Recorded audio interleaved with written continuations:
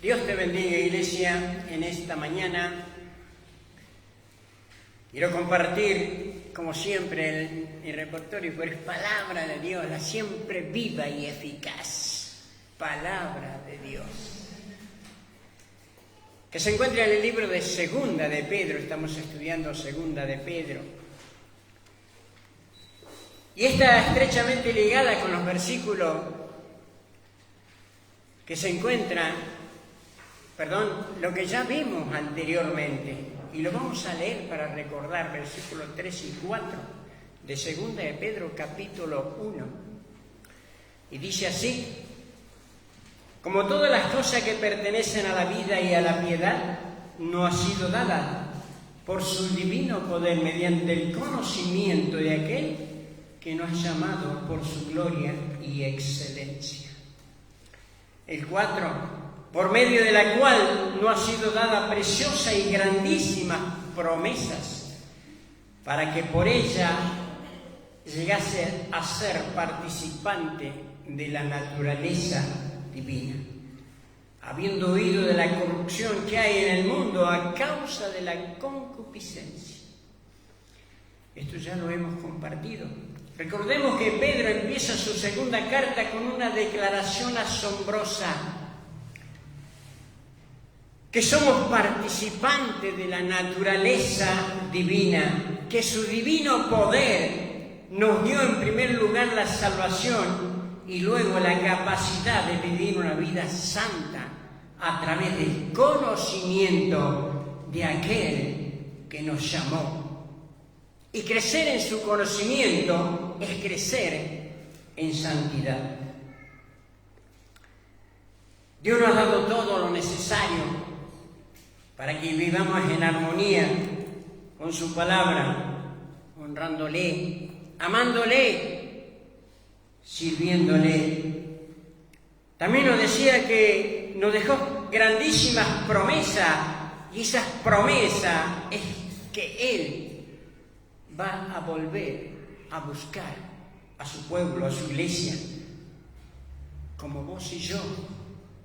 Creemos en esas promesas y nos vamos apropiando de ellas, nos vamos amoldando más a la imagen de Cristo.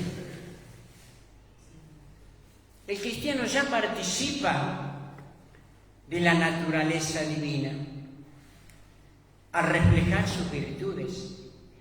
Rechaza el pecado y la maldad, sabe que ya no pertenece a este mundo, sino que es parte del pueblo de Dios, parte del pueblo escogido de Dios, real sacerdocio, nación santa, pueblo adquirido por Dios para anunciar la virtud de aquel que te llamó de las tinieblas a su luz admirable. Sos parte del pueblo de Dios. Y el texto que estudiaremos hoy hace un nexo con el estudio anterior. Y dice en la Reina Valera: por eso mismo, en vista de todo esto, dice la Nueva Traducción Viviente. O sea, por esa razón, dice la Biblia, el lenguaje actual. Por lo dicho anteriormente, Pedro sigue exhortando, y vamos a darle continuidad con el texto que vamos a leer en Segunda de Pedro, y lleva como título Camino a la madurez espiritual. Segunda de Pedro, capítulo 1, del 5 al 11, dice así: por esta razón, también obrando con toda diligencia, añadir a vuestra fe virtud, y a la virtud conocimiento, al conocimiento dominio propio, al dominio propio perseverancia, y a la perseverancia piedad, a la piedad fraternidad, y a la fraternidad amor. El 8, pues estas virtudes, al estar en nosotros y al abundar, os dejarás ocioso ni estéril en el verdadero conocimiento de nuestro Señor Jesucristo. El 9, porque el que carece de estas virtudes es ciego o corto de vista.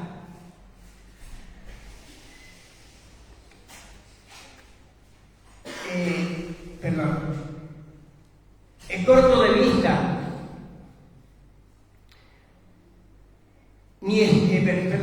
El 8 dice, vuestras virtudes al estar en vosotros y al abundar no os dejará ocioso ni estéril en el verdadero conocimiento de nuestro Señor Jesucristo.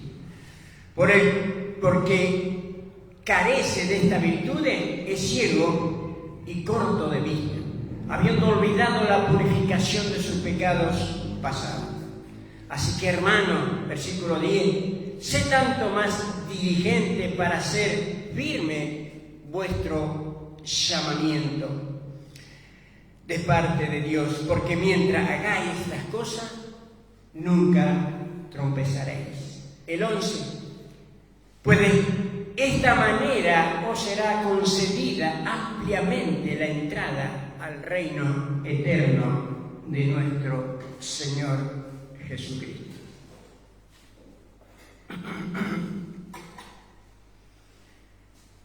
Vamos a comenzar a desglosar versículo por versículo. Vamos a comenzar con los 3 versículos primero, porque es una oración entera. Versículos 5, 6 y 7.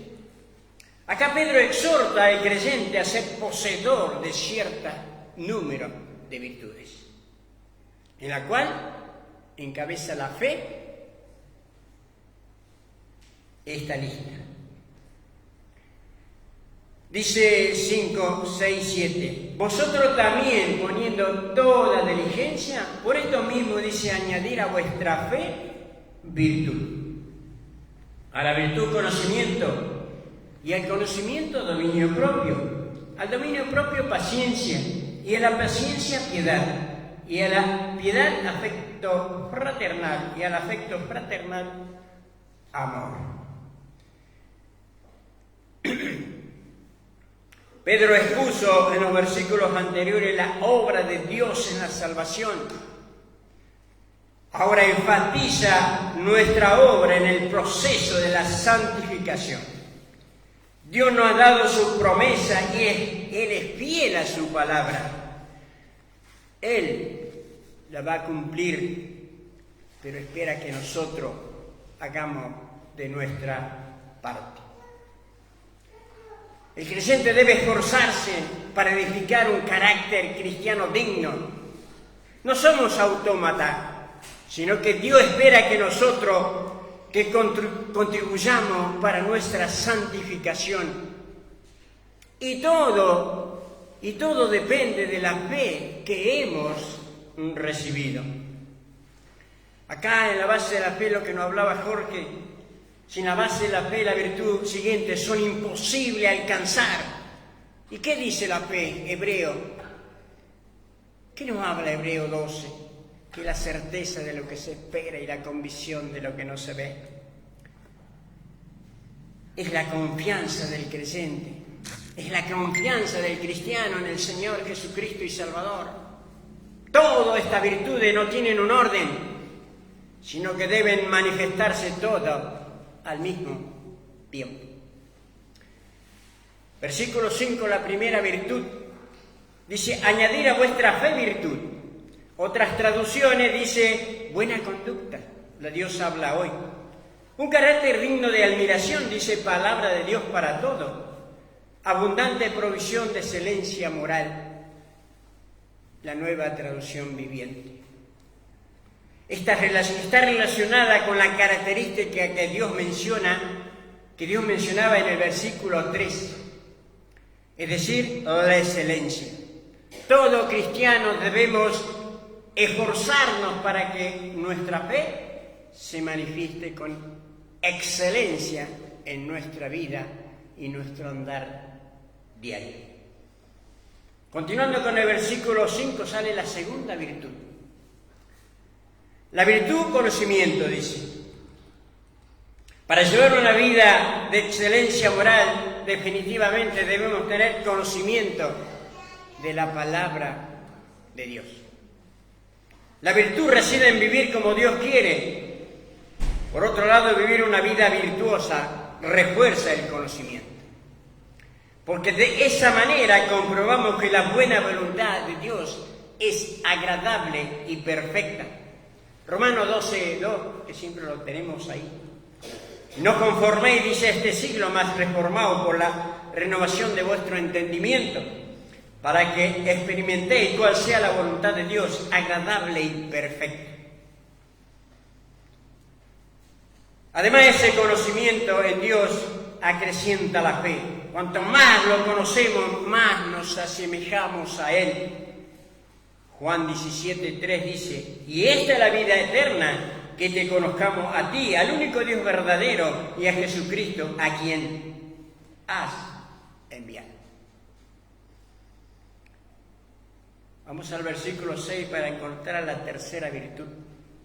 Al conocimiento, dominio propio.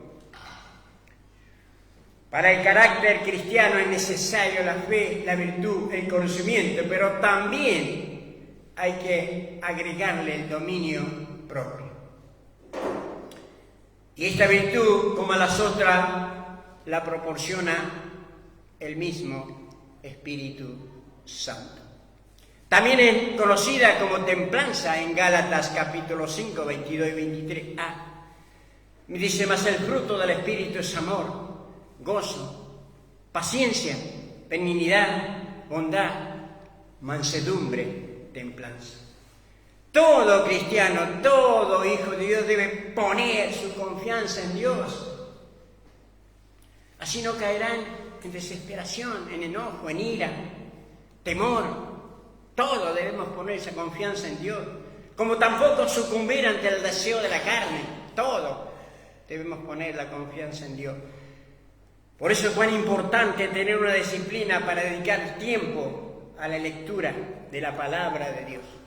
Tener tiempo en la oración y tener tiempo en la meditación de la palabra de Dios. Bien, estamos en el versículo 6. La cuarta virtud. Al dominio propio dice paciencia. Al dominio propio debe suplementarse la paciencia. Otras traducciones dice perseverancia y constancia. El cristiano perseverante se define como alguien que no se ha dejado desviar del propósito de Dios, ni siquiera ante las pruebas y sufrimientos más grandes, sino que permanece firme en la fe y en la piedad. En el término griego significa hupomone, que significa literalmente permanecer bajo, lo contrario de salirse de la casilla.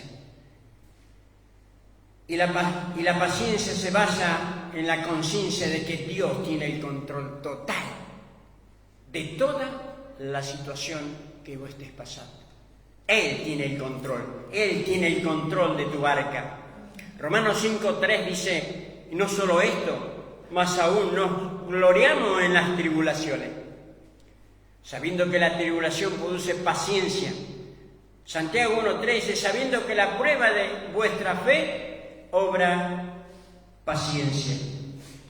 La quinta virtud, continuando con el versículo 6, dice así, a la paciencia, piedad. Pedro nos dice que añadamos piedad a la constancia. Esta es la segunda vez que el apóstol introduce este término, que ya lo dijo en el versículo 3. También lo menciona en el contexto del regreso de Cristo, capítulo 3:11, donde se traduce vida piadosa. También se traduce como devoción o temor de Dios. El ser consciente de la obra salvadora de Dios nos impulsa a vivir una vida piadosa.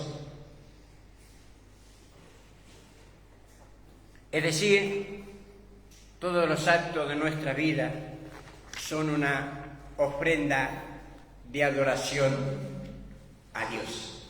Romanos 12:1 dice: así que, hermanos, os ruego por la misericordia de Dios que presentéis vuestros cuerpos en sacrificio vivo, santo, agradable a Dios, que es vuestro culto racional.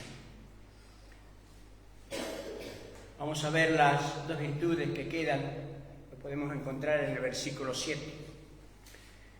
Dice la sexta, la piedad, afecto fraternal, y la séptima, al afecto fraternal, amor. Estas dos virtudes son significativas porque ambas expresan el amor. Veamos que cuando demostramos afecto fraternal y amor, cumplimos con los dos mandamientos que nos dejó nuestro Señor Jesucristo en Mateo 22:37. Y Jesús le dijo: amarás al Señor tu Dios con todo tu corazón y con toda tu alma y con toda tu mente. Este es el primer y gran mandamiento, y el segundo es semejante a esto: amarás a tu prójimo como a ti mismo. De estos dos mandamientos depende toda la ley y los profetas. Si un cristiano está movido por verdadera piedad, es decir, temor de Dios, esto se traduce en amor sincero y fraternal, no fingido. En primer lugar, a los hermanos de la fe, puesto que todos ellos que se han convertido a través del mismo acto divino de regeneración por medio de la palabra de Dios. Primera de Pedro capítulo 1:22 dice: habiendo purificado nuestra alma por la obediencia a la verdad, mediante el Espíritu, para el amor fraternal no fingido. Amaos unos a otros entrañablemente de corazón puro. Pero el amor no se termina en la iglesia, sino que también está de la puerta para afuera. El amor no se termina en la iglesia, sino que también debemos alcanzar al inconverso, al inicuo, e incluso a tu enemigo. Mateo 5:44 dice: mas yo digo, amad a vuestros enemigos, bendecid a los que os maldicen, haced bien a los que os aborrecen, y orad por los que os ultrajan y os persiguen. Y este es el cumplimiento de la ley. Hemos visto los 3 primeros versículos, vamos a pasar al versículo 8. Dice versículo 8: porque si estas cosas, ¿qué cosas? La que acabamos de leer, ¿sí? Estas cosas están en vosotros y abundan, no os dejará estar ociosos ni sin fruto en cuanto al conocimiento de nuestro Señor Jesucristo. Pedro afirma que si estas virtudes que mencionamos en los versículos precedentes están abocadas a la vida cotidiana, seremos fructíferos. De esta manera creceremos en el conocimiento de nuestro Señor Jesucristo. Si estas virtudes siguen desarrollándose, cosecharemos abundantemente. No está indicando que la debemos tomar, esta virtud, en el orden de precedencia, como si una dependiera de la otra, no. Más bien indica que debemos cultivar todas al mismo tiempo y verla crecer y desarrollarse en nuestra vida y en nuestro andar diario. Primera de Tesalonicenses capítulo 3:12 dice: y el Señor os haga crecer y abundar en amor, unos para con otros y para todos, como también lo hacemos nosotros.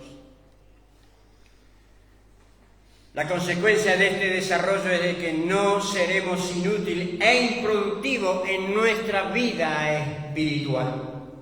Gálatas capítulo 6 dice: así que según tenga oportunidad, hagamos bien a todos y mayormente a la familia de la fe. Podemos ver lo contrario a esto. ser ineficaz, estar ocioso. Cuando no somos productivos, somos inútiles.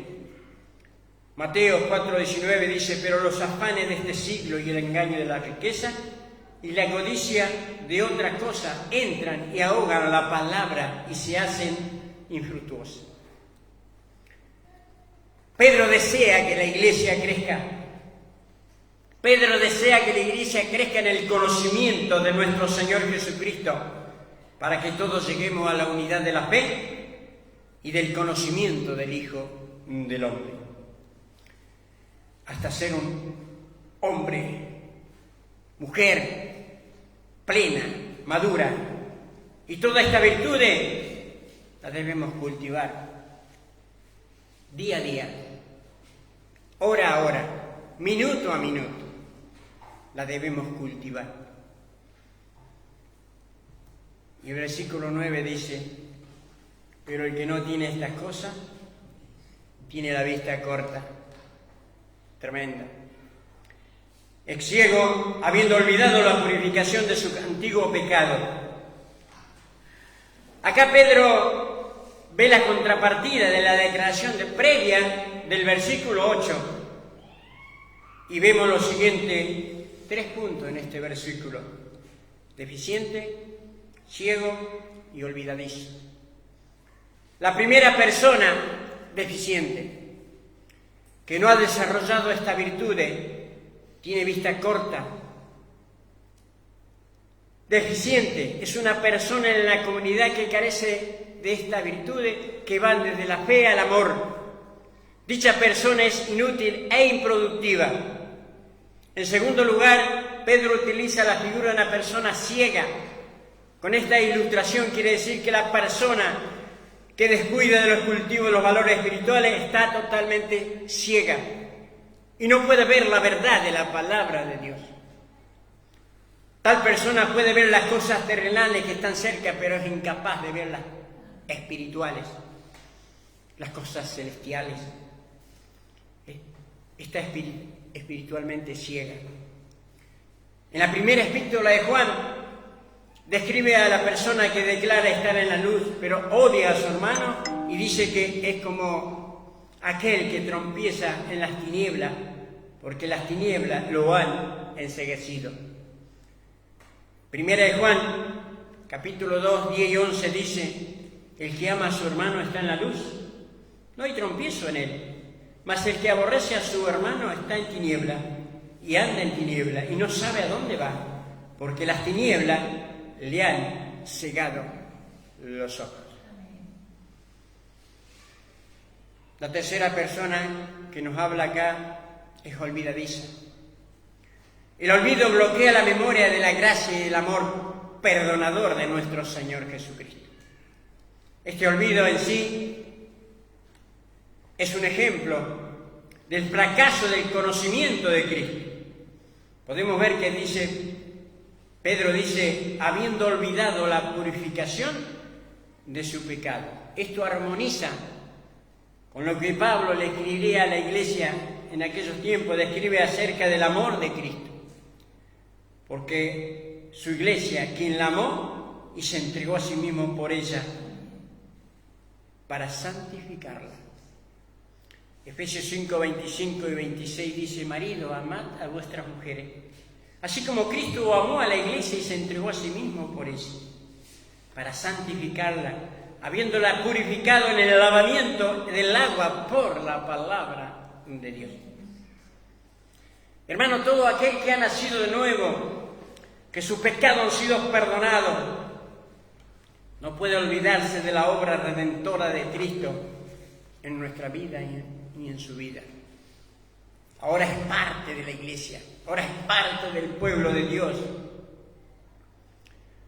Es parte de la iglesia que el mismo Señor levantó y va a venir a buscarnos, hermano. Él viene a buscarnos.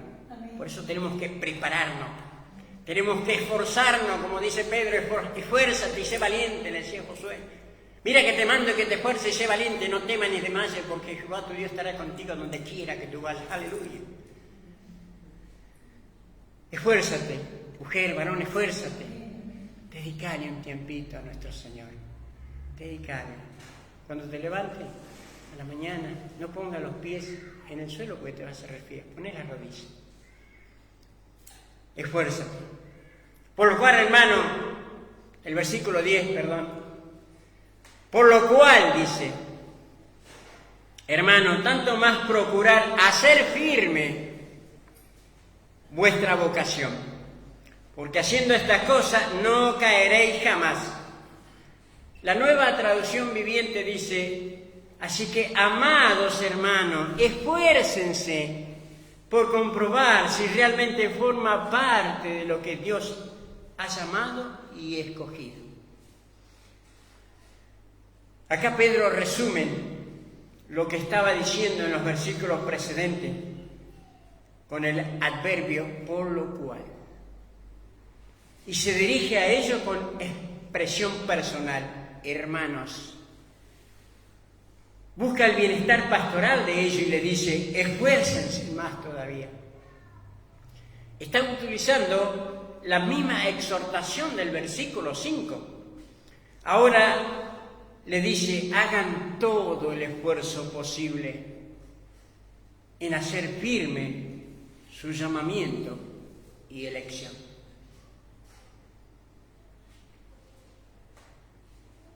Pedro quiere que se den cuenta a sus lectores que Dios los llamó durante el tiempo de su vida en la tierra y le dice que deben esforzarse con diligencia en la tarea de apropiarse de su llamamiento y elección. Podemos encontrar un paralelo cuando Pablo le escribe a la iglesia de Filipenses capítulo 2, Filipenses capítulo 2, 12, 10 y 13.